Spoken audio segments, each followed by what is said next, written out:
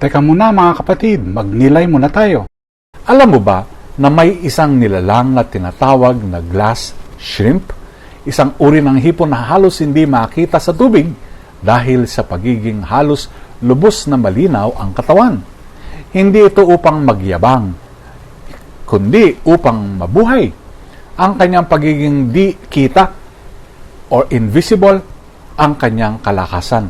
Sa ikalawang sulat sa mga taga-Korinto, itinuro ni San Pablo na ang naghahasik ng kakaunti rin ang aanihin. Ngunit mahal ng Diyos ang masayang nagbibigay. Dagdag pa niya, pinayayaman tayo ng Diyos sa lahat ng paraan upang tayo ay maging bukas palad sa lahat ng pagkakataon. Hindi lang ito tungkol sa pagbibigay, kundi kung paano at bakit tayo nagbibigay. Sa Ebanghelyo ni San Mateo, pinapaalala ni Jesus, huwag nating ipangalandakan ang ating pagbibigay, pagdarasal at pag-aayuno. Gawin ito ng palihim.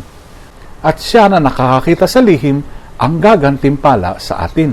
Tulad ng glass shrimp na nananatiling buhay sa kanyang pagiging hindi lantad, ang ating buhay espiritual ay higit na nabubuhay kapag ginagawa natin ito, hindi para sa mata ng tao kundi para sa puso ng Diyos.